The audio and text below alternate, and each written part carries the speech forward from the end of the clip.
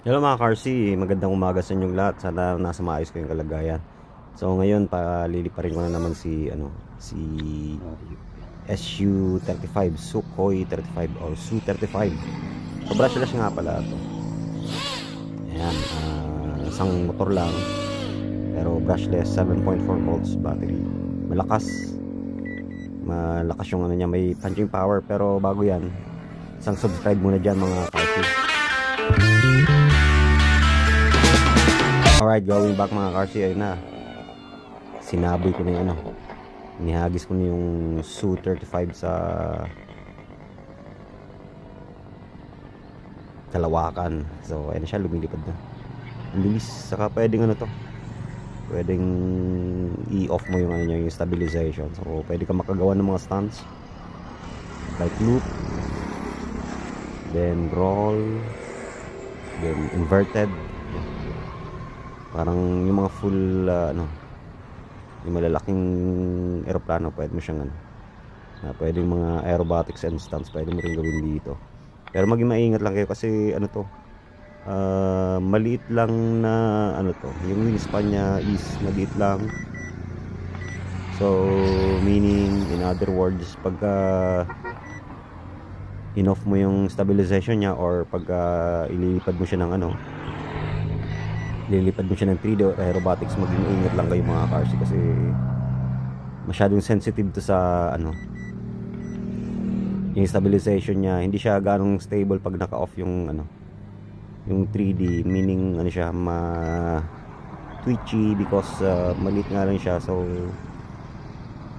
hindi siya ganoon ka delikado siya pagka pagka in-off mo yung kaya yung stabilization niya. Kaya pagka palilipad mo siya ng 3D or aerobatics, kailangan alert ka and very attentive sa sa pagbabalik sa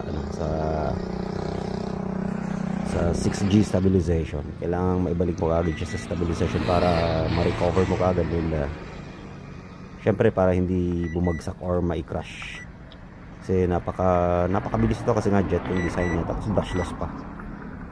Kaya medyo medyo sensitive and dapat yun nga, dapat naka full alert ka sa niya, sa lipad niya. Saka yung paningin mo dapat lagi nasa kanya lang.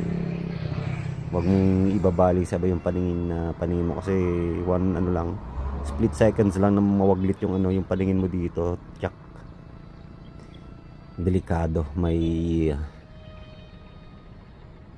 chance na ma-crash mo to.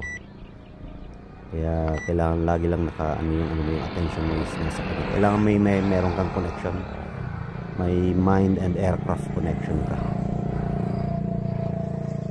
Kasi pagka mawaglit nga lang yung paningin mo dito, talagang dangerous. Maganda yung panahon ngayon. Medyo late na ako palipad ngayon kasi medyo tinanghali ng gising sapagkat ngayon holiday, so walang pasok. Kaya I have the time, I have full control of my time. Kaya medyo ko na muna yung sarili ko, binigyan ko ng break.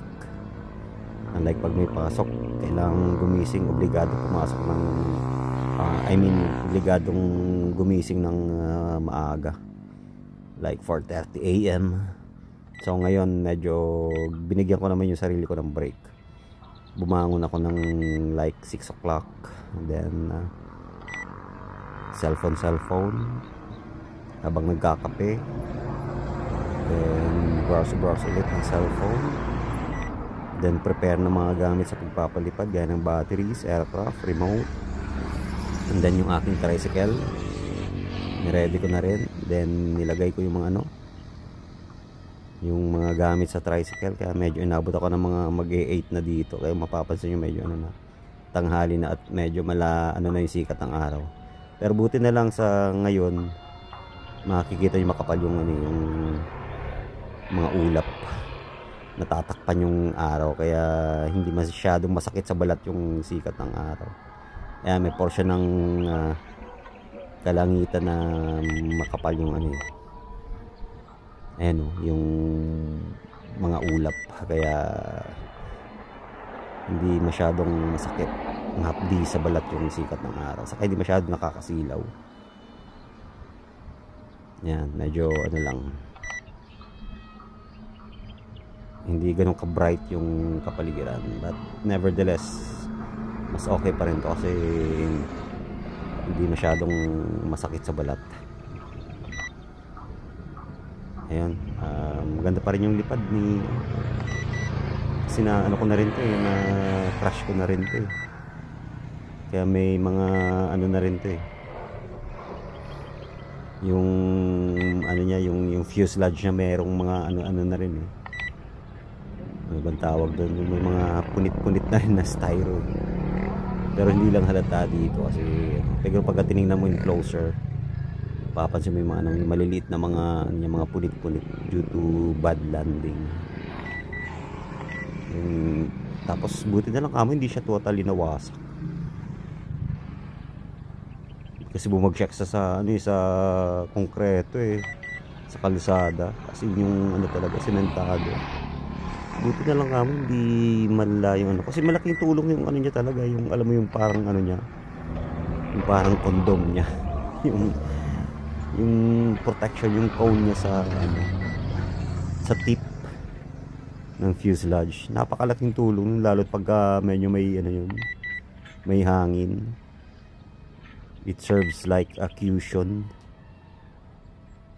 Hindi ka agad yung impact niya, yun mami-minimize yung impact dahil dun sa cone na yun na nakasalpak dun sa tip niya. Napakalaking tulong nun.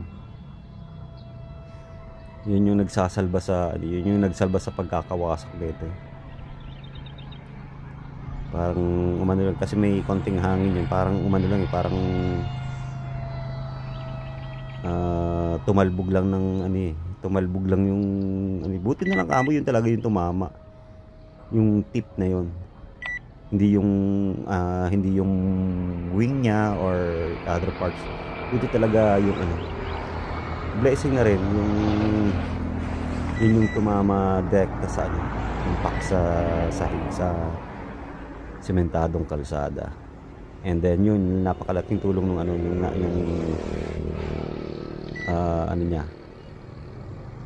yung tip, yung cone, napakalaking tulong lahat may konting hangin.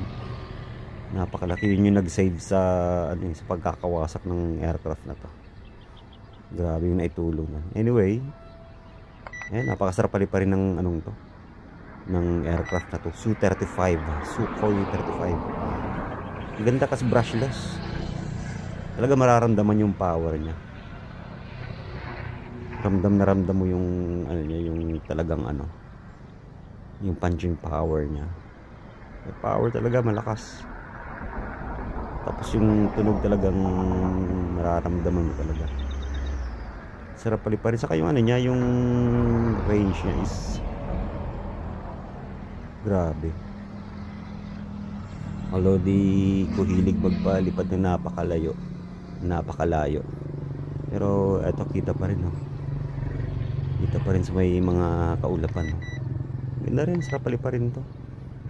Pero yun lang talaga, parang for me kahit paliparin mo to sa stabilize mode, parang hindi pa rin to pang beginner in my humble opinion. Hindi to pang beginner kasi iba yung jet iba yung lipad ng jet kaysa sa mga highway like Cessna, Cobb, iba talagang ito sensitive sa